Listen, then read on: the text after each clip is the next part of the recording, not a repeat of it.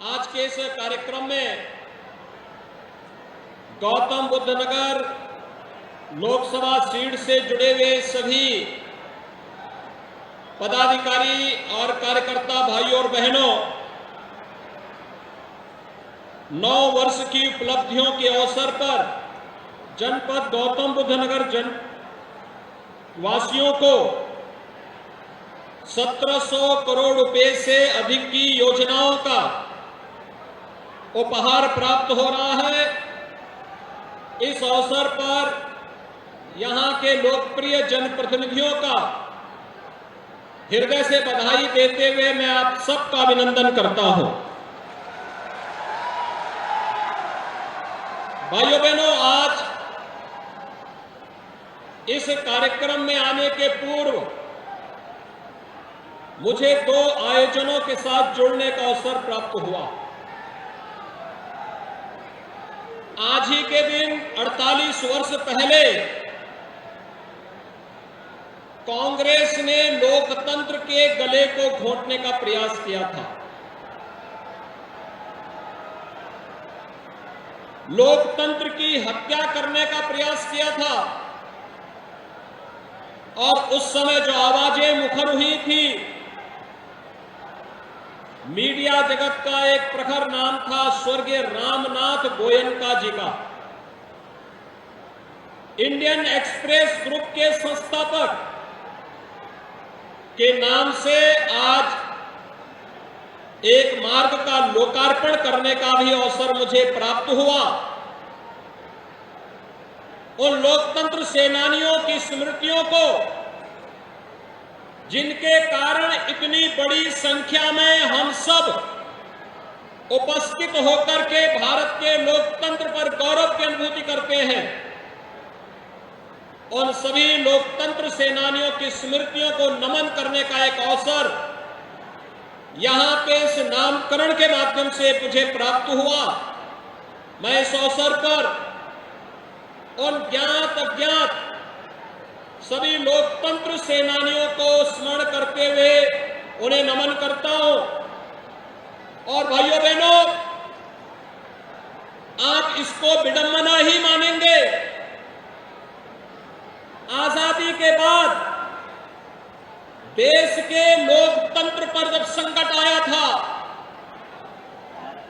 लोकनायक जयप्रकाश नारायण जी के नेतृत्व में उस समय के उन तमाम महान लोकतंत्र सेनानियों ने, उसमें सरदेव अटल बिहारी वाजपेयी जी थे, सरदेव लाल कृष्ण आडवाणी जी थे, गैर कांग्रेसी सभी दलों के नेताओं ने एक मंच पर आकर के लोकतंत्र को बचाने का जो कार्यक्रम किया था, उसमें सफलता प्राप्त हुई। लेकिन जेपी और लोहिया के नाम पर राजनीति करने वाले लोग आज फिर से लोकतंत्र विरोधी अपने कृत्यों के लिए भारत के लोकतंत्र के इतिहास को काला अध्याय में बदलने वाले उसी कांग्रेस के साथ मिलकर के भारत के खिलाफ षड्यंत्र करने में निरंतर कुछ न कुछ दुष्चक्र करने का प्रयास कर रहे हैं। और आज हम सबकी जिम्मेदारी बनती है, जब भारत एक नए भारत के रूप में दुनिया के अंदर अपनी पहचान बना रहा है, प्रधानमंत्री मोदी जी के यशस्वी नेतृत्व में वैश्विक मंच हो या फिर भारत के अंदर सुरक्षा का एक बेहतर वातावरण, इन सभी कार्यक्रमों को जब अच्छे रूप में भारत आगे लेकर के चल रहा है, ये यात्रा विकास की, समृद्धि की, खुशहाली की और वैश्विक मंच पर प्रतिष्ठा की अनवरत चलती रहे, इसके लिए एक बार फिर से केंद्र सरकार की 9 वर्ष की प्रधानमंत्री मोदी जी के नेतृत्व की उपलब्धियों को लेकर के आम जनमानस के बीच में हम जाकर के 2024 की तैयारियां कर सके, इसके लिए आज मैं आपके बीच में आप सबसे अपील करने के लिए आया हूं। भाइयों बहनों, 1718 करोड़ की परियोजनाओं के पहले गौतम बुद्ध नगर पुलिस को अथॉरिटी की ओर से 56 4 पहिया वाहन पेट्रोलिंग के लिए उपलब्ध करवाए गए। अथॉरिटी के द्वारा अभी यहां पे हाई राइज बिल्डिंग के लिए फायर टेंडर भी उपलब्ध करवाने की कार्रवाई चल रही है। लगातार आज आप देख रहे होंगे अथॉरिटी का विकास, इंफ्रास्ट्रक्चर किस रूप में यहां पर सुदृढ़ हुआ है। पहले लोग दिल्ली में रहते थे, नोएडा, ग्रेटर नोएडा आने में संकोच करते थे क्योंकि वहां का इंफ्रास्ट्रक्चर अच्छा था, वहां की सुविधाएं अच्छी थी। यहां खराब था, यहां के बारे में लोगों की धारणाएं खराब थी। लेकिन आज बदल चुकी स्थितियां 6 वर्ष के अंदर ही एक सामूहिक प्रयास का परिणाम है कि आज गौतम बुद्ध नगर में दिल्ली से भी लोग आना चाहते हैं, देश से भी आना चाहते हैं, दुनिया से भी लोग आना चाहते हैं। पिछले दिनों हम आए थे, देश के बड़े डाटा सेंटर का हम लोगों ने यहां लोकार्पण किया था और आज देश के एक बड़े रोबोटिक सेंटर का भी उद्घाटन यहां पे इसके बाद कार्यक्रम में होने जा रहा है। ये बदलते हुए उत्तर प्रदेश और गौतम बुद्ध नगर जनपद की तस्वीर हम सबके सामने है। भाइयों बहनों, सत्र के पहले मैं सोच रहा था, मेरे लगातार पिछले कुछ दिनों में कार्यक्रम थे। मैं बलरामपुर जिले में जो एस्पिरेशनल जिला है वहां गया था। अभी 3 दिन पहले बलरामपुर, अंबेडकर नगर, बलिया, गोरखपुर, इन जनपदों में मैं गया था। बड़ी गर्मी थी, लेकिन जब मैं पश्चिमी उत्तर प्रदेश की तरफ आ रहा था तो मुझे लगा कि वहां भी इतनी भीषण गर्मी होगी। लेकिन आज देखिए मौसम की कितनी बड़ी कृपा, जैसे माफिया उत्तर प्रदेश में ठंडे हो गए वैसे मौसम भी ठंडा हो गया है।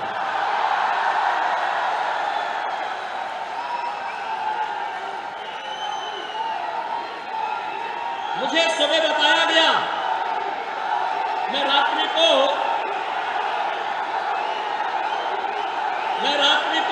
मथुरा में था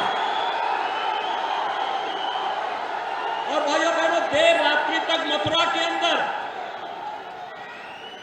वहां पर चल रही विकास के कार्यक्रमों को मुझे अवलोकन करने का अवसर प्राप्त हुआ और मुझे लगा देखिए कितनी बड़ी संभावना उत्तर प्रदेश के लोगों के पास।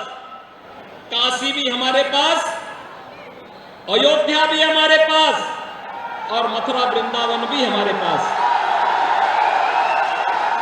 मथुरा वृंदावन जैसे काशी प्रधानमंत्री मोदी जी के नेतृत्व में एक नई आभा के साथ दिव्य और भव्य काशी के रूप में आज जगमगाहट के साथ वैश्विक मंच पर एक नई प्रतिष्ठा प्राप्त कर रही है। ऐसे ही अयोध्या एक नई अयोध्या के रूप में जगमगा रही है और मुझे लगता है हर भारतवासी दुनिया के अंदर जहां कहीं भी सनातन हिंदू धर्मावलंबी होगा, भारत का शुभचिंतक होगा, वह जनवरी 2024 का इंतजार कर रहा है जब रामलला अपने स्वयं के भव्य मंदिर में विराजमान होंगे। अयोध्या में वह दिन भी नजदीक आने वाला है और मैं कल मथुरा वृंदावन की जगमगाहट को, वहां पे चल रहे कार्यक्रमों को भी देख रहा था। देर रात्रि तक मुझे अनेक स्थानों में जाने का अवसर प्राप्त हुआ, लेकिन आज प्रातः जब मैंने मालूम किया कि क्या स्थिति है गौतम बुद्ध नगर की, तो मुझे बताया गया बारिश हो रही है। कैसे कार्यक्रम होंगे? मैंने कहा चिंता मत करिए, तो जो पहले से बोला गया उसके अनुरूप हो रहा है, क्योंकि उत्तर प्रदेश में सब कुछ अब विकास के बारे में लोग सोच रहे हैं, विकास होना है। लोगों के मन में एक बात आ गई है कि हम केवल और केवल सकारात्मक सोच के साथ, जिस सकारात्मक सोच के साथ प्रधानमंत्री मोदी जी ने विगत 9 वर्षों के अंदर अनथक परिश्रम करके, कठिन परिश्रम करके अपने विजनरी लीडरशिप में देश को एक नई दिशा दी है। हर एक क्षेत्र में आपने 21 जून को विश्व योग दिवस के रूप में मनाया। दुनिया के 180 देशों ने योग दिवस के साथ जुड़ करके भारत की ऋषि परंपरा के प्रति कृतज्ञता ज्ञापित की। हर भारतवासी गौरवान्वित है। आपने परसों देखा अमेरिकी सीनेट को प्रधानमंत्री मोदी जी संबोधित कर रहे थे और अमेरिका में क्या अभूतपूर्व स्वागत प्रधानमंत्री मोदी जी को प्राप्त हुआ। भाइयों बहनों, वर्तमान में आजादी के अमृत काल में भारत दो बड़ी उपलब्धियों को लेकर के वैश्विक मंच पर छा रहा है। G20 समूह की अध्यक्षता प्रधानमंत्री मोदी जी के नेतृत्व में भारत कर रहा है। G20 दुनिया के 20 बड़े देश जिनके पास कुल दुनिया की आबादी की 65% से अधिक आबादी निवास कर रही है, दुनिया के 80% संसाधनों पर जिनका अधिकार है, 85% जीडीपी पर जिनका अधिकार है और 90% पेटेंट पर जिनका अधिकार है, उन देशों की अध्यक्षता भारत वर्तमान में कर रहा है। G20 का एक समिट गौतम बुद्ध नगर जनपद में भी प्रस्तावित है। भाइयों बहनों, एक तरफ यह और दूसरी तरफ जब भारत अपनी आजादी के अमृत काल में चल रहा है, एक नए भारत के रूप में, एक खुशहाल भारत के रूप में, दुनिया की 5वीं बड़ी अर्थव्यवस्था के रूप में उभरता हुआ भारत आज हम सबके सामने है। कोरोना कालखंड में फ्री में टेस्ट, फ्री में उपचार, फ्री में वैक्सीन और 3.25 वर्षों से 80 करोड़ लोगों को प्रधानमंत्री मोदी जी के नेतृत्व में फ्री में राशन की सुविधा का लाभ भी भारत दे रहा है। दुनिया के अंदर कोई देश नहीं दे रहा है। भाइयों बहनों, 80 करोड़ लोगों को भारत 3.25 वर्ष से फ्री में राशन की सुविधा दे रहा है। और दूसरी तरफ 1947 में भारत का विभाजन करके बना हुआ पाकिस्तान एक एक रोटी के लिए मोहताज हो रहा है। जब भारत अपनी आजादी का अमृत महोत्सव मना रहा है, तब भारत खुशहाली की ओर से दुनिया की एक बड़ी आर्थिक ताकत के रूप में उभर रहा है। भारत के नागरिकों में समृद्धि आ रही है। भारत विकास की एक नई यात्रा के साथ आगे बढ़ रहा है और ये यात्रा इसी प्रकार से बनी रही। 2027 आते आते भारत दुनिया की तीसरी बड़ी अर्थव्यवस्था के रूप में स्थापित होगा। एक तरफ भारत की शानदार यात्रा और दूसरी तरफ पाकिस्तान अपनी नकारात्मक सोच के नाते, अपनी विध्वंसात्मक सोच के नाते भूखमरी और दरिद्रता की एक नई कहानी रचता हुआ दिखाई दे रहा है। और भाइयों बहनों, कोई कारण नहीं, आने वाले समय में अपने इन्हीं कृत्यों के नाते पाकिस्तान भी वैसे ही ठंडा न हो जाए जैसे यहां के माफिया ठंडे हो गए हैं। कोई कारण नहीं। आप देखना, ये उधर बढ़ रहा है। और इसीलिए आज मैं आपके पास आया हूं आप सबसे अपील करने के लिए, जिन लोगों ने लोकतंत्र के गले को रौंदा था, आज उसके साथ जब समाजवादी पार्टी, उनके साथ जब राष्ट्रीय लोकदल, उनके साथ जब जेडीयू और अन्य जेपी के अनुयायी कहे जाने वाले दलों की जब सांठगांठ होती है, तो जनता भी इनके उन सभी कारनामों को, कि अपने भ्रष्टाचार के कारनामों को छुपाने के लिए कैसे, क्योंकि समाजवादी पार्टी का तो पुराना इतिहास रहा है ना, कि कांग्रेस को इन्होंने 2004 में बिना मांगे ही समर्थन देने का कार्य किया था। वे समर्थन नहीं चाहते थे, लेकिन जबरदस्ती चिपको आंदोलन के रूप में अपने आप को अग्रणी बनाने में माहिर हैं और वही कार्य उन्होंने उस समय किया था। एक बार फिर से उस कथा को दोहराने का कार्य हो रहा है।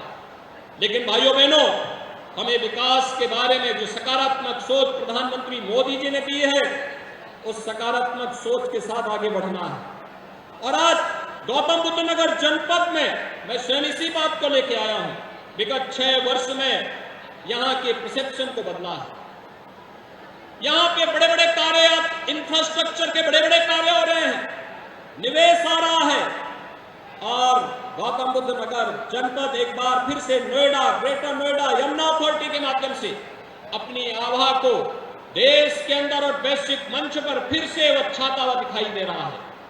एक नए भारत के नए उत्तर प्रदेश के रूप में इस जनपद ने उत्तर प्रदेश को एक नई पहचान विगत 6 वर्ष के अंदर देने का कार्य किया है। यहां पर एशिया का सबसे बड़ा एयरपोर्ट जेवर में बन रहा है। भाइयों बहनों, 6 वर्ष पहले जेवर की क्या स्थिति थी, क्या स्थिति थी, और इस वर्ष के अंत में हम जेवर में फर्स्ट फेज का कार्य संपन्न कर चुके होंगे। भाइयों बहनों, यहां पे आज मेडिकल डिवाइस पार्क भी आ रहा है, आज यहां पे फिल्म सिटी भी आ रही है, आज यहां पर विभिन्न प्रकार की वे योजनाएं जिनके बारे में कभी कल्पना की जाती थी, आज वह सब कुछ यहां आ रहा है। लेकिन मैं धन्यवाद दूंगा जेवर एयरपोर्ट में जिन किसानों ने जमीन दी थी, सचमुच उनका अभिनंदन करता हूं। मैंने यहीं पे आकर के उनसे उस समय संवाद किया था और मैंने अनुरोध किया था कि आपका समय निकल चुका है, लेकिन आने वाली पीढ़ी के भविष्य के बारे में सोचिए। हमें कैसा विकास चाहिए? जो लोग इस पूरे जनपद को, यहां के विकास को बैरियर बन करके माफियाओं के साथ मिल करके यहां के विकास को रुद्ध करते थे, हमें उनको आगे बढ़ने के लिए अवसर देना है या यहां का विकास करके आने वाली पीढ़ी के भविष्य को उज्जवल करना है। और यहां के आने वाले सभी सम्मानित किसानों ने, अन्नदाता किसानों ने कहा था नहीं हमें विकास चाहिए, आने वाली पीढ़ी का भविष्य उज्जवल चाहिए। तो मैंने उनसे अनुरोध किया कि सचमुच आप विकास के पक्षधर हैं तो एक काम करना कि जेवर एयरपोर्ट के लिए बनने वाला जो एयरपोर्ट है उसके लिए जो जमीन है, उस जमीन की रजिस्ट्री के कागज 1 महीने के अंदर आप यहां के माननीय जनप्रतिनिधियों के साथ मिलकर के लखनऊ में मुख्यमंत्री आवास में आकर के मुझे दे देंगे तो मैं मान लूंगा कि आप लोग सचमुच एयरपोर्ट बनाने के पक्षधर हैं। और उन्होंने किया था और मैं आज इसीलिए आया हूं। आज हम यहां पे आए हैं, आज यहां पे 1718 करोड़ रुपए की जिन परियोजनाओं का लोकार्पण और शिलान्यास हुआ है, सॉलिड वेस्ट मैनेजमेंट से भी है, सड़क से भी है, ड्रेनेज से भी है, यहां की अन्य अवस्थापना सुविधाओं के साथ साथ बुनियादी सुविधाओं से जुड़ी हुई योजनाएं भी हैं। लेकिन साथ साथ इस जनपद के समग्र विकास के लिए अथॉरिटी के द्वारा किए जाने वाले प्रयासों की वह एक झलक भी प्रस्तुत करता है। भाइयों बहनों, मैं यही आश्वासन देने के लिए भी आया हूं, किसानों की समस्या का समाधान हमारी शीर्ष प्राथमिकता है और सकारात्मक योगदान, संवाद से इस समस्या का समाधान होगा। संवाद के माध्यम से बड़ी समस्या का समाधान हो सकता है। आखिर हम लोकतांत्रिक समाज में रहते हैं, इसके लिए नकारात्मक ताकतों को बीच में नहीं आने देना है। जो लोग विकास के विरोधी हैं, आपके कंधे पे बंदूक रख करके केवल अव्यवस्था पैदा करना चाहते हैं, विकास को बाधित करना चाहते हैं और आने वाली पीढ़ी के भविष्य के साथ खिलवाड़ करना चाहते हैं, उन लोगों को सफल नहीं होने देना है। हम संवाद के माध्यम से अपनी समस्या का समाधान करें और साथ ही साथ हम लोग यहाँ पे बायर और बिल्डर से जुड़ी हुई समस्या का समाधान करने के लिए भी एक सकारात्मक दिशा में आगे बढ़ने वाले हैं। इस समस्या का भी समाधान होगा क्योंकि यहाँ के विकास के लिए यह आवश्यक है और इन सभी समस्याओं का सकारात्मक रूप से समाधान के किसी निष्कर्ष पर हम पहुंच सके, इसके लिए जनता जनार्दन का योगदान, जनप्रतिनिधियों की सक्रियता और साथ साथ सभी प्रकार के प्रशासनिक अथॉरिटी, शासन से जुड़े हुए अधिकारियों का बेहतर संवाद इस पूरी प्रक्रिया को आगे बढ़ाएगा। और मैं विश्वास के साथ कह सकता हूं, यह आज नए भारत के नए उत्तर प्रदेश में संभव है।